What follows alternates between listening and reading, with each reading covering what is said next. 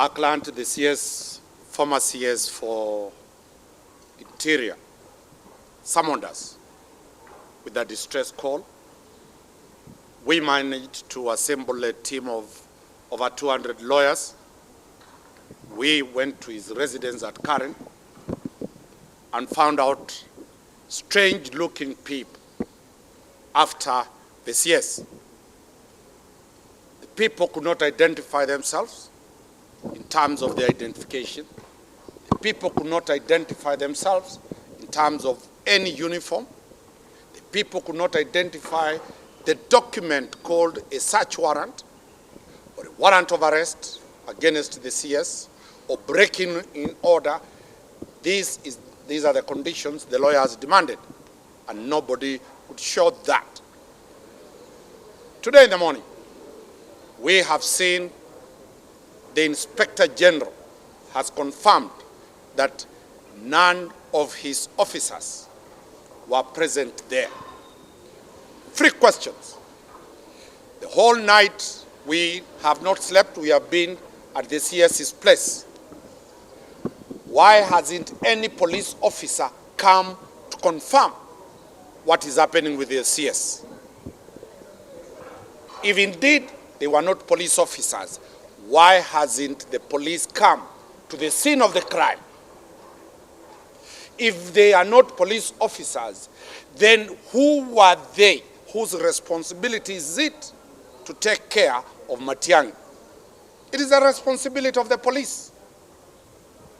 If foreigners from Ethiopia or foreigners from any other country invaded the CS's place, it is the responsibility of the police to rush to the scene of crime as we are talking. Right now, no government officer has gone to confirm what is happening. It is media pressers from the office of the Inspector General. The boss of ESCC has said it is not his guys. So that is completely hot air to stand and not go to know what is happening. A claim that the CS should provide CCTV footage of the people who are there. Whose responsibility is it? It can never be shifted, the burden that prove that the people who are there were police officers. And the police officers, when operating outside the law, they will never be in uniform. They will never come in police registered vehicles. They will never carry AK-47s associated with the police. They will be undercover police officers. So it is upon, we are pushing the government to come out very clearly to explain 3 things. 1, Professor Magoha dies. Our client gives a speech. Less than 12 hours, his security detail is downgraded. Less than 24 hours, a serious attack in his house.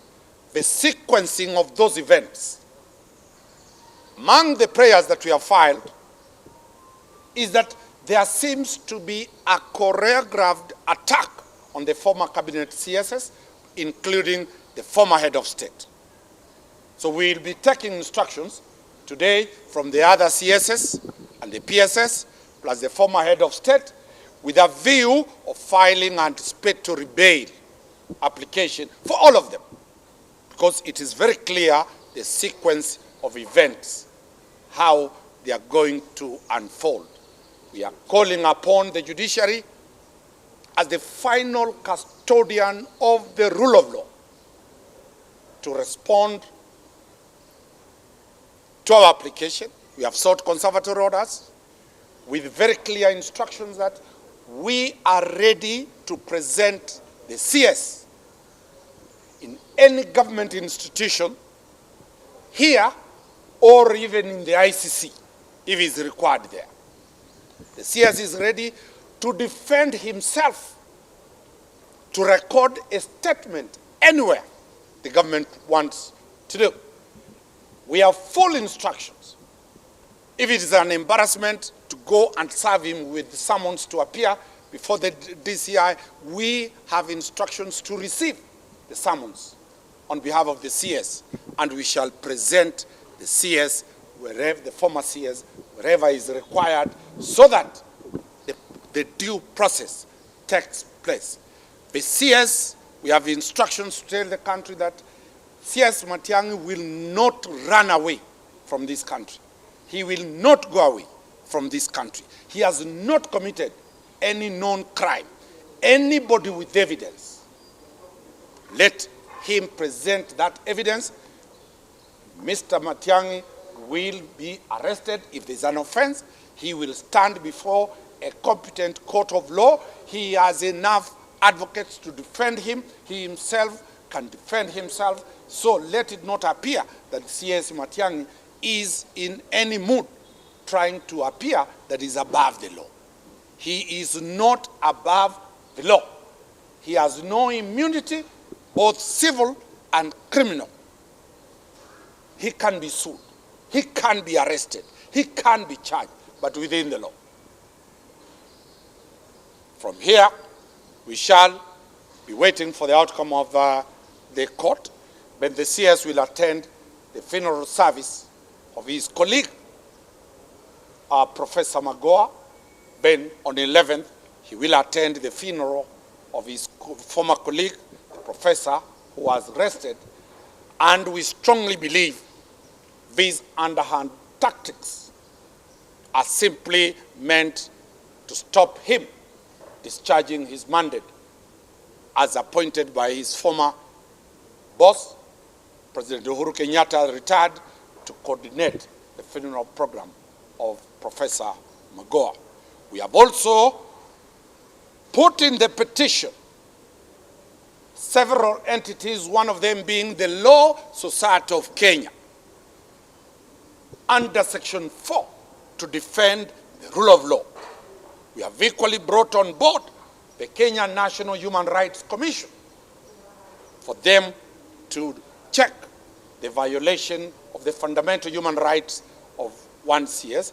We have also brought on board IPOA, who should not only be concerned about Rashid, but also be concerned that the police are misusing their forces, their powers in arresting Matiang'i.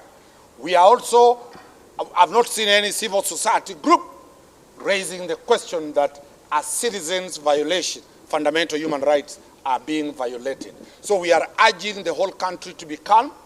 On behalf of the CS, the message he gave me is that I appeal the whole country to be calm.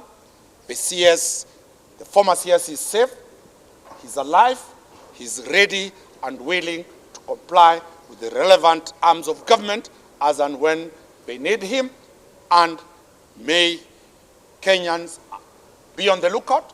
And he has appreciated the contribution of the members of the media who we stayed with the whole night together, keeping vigil to see that nothing mischievous happens. He has also thanked the leader of the opposition, retired Prime Minister Raila Odinga, represented by Professor Wajakoya here, and the legal fraternity for standing to defend the rule of law.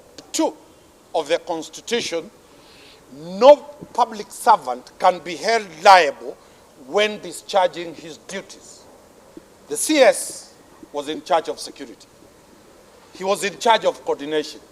All ministries were gravitating around his office. If it is Ruaraka land issue, let him, whoever has evidence, let the CS be arrested.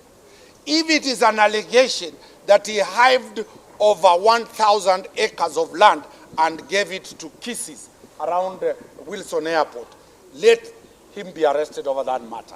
If it's the allegation of the land that he hived land from the Masai Mara National Park and granted it to the former head of state, let him be arrested and be taken to court. If it is any issue, the CS is ready. If he stole a pen and never handed it over during the handover, he is ready to face the law. All that we are saying, the accusers know what he has done. Let them present it, the lawyers will deal with it, and the CS is ready to follow the due process from the magistrate's court to the High Court, to the Court of Appeal, to the Supreme Court, to the East African Court of Justice, to the ICJ, any tribunal recognized under the Constitution of the Republic of Kenya, the CS is submitting to that jurisdiction. So he doesn't know. It is mere apprehension by conduct and implication of the state agencies.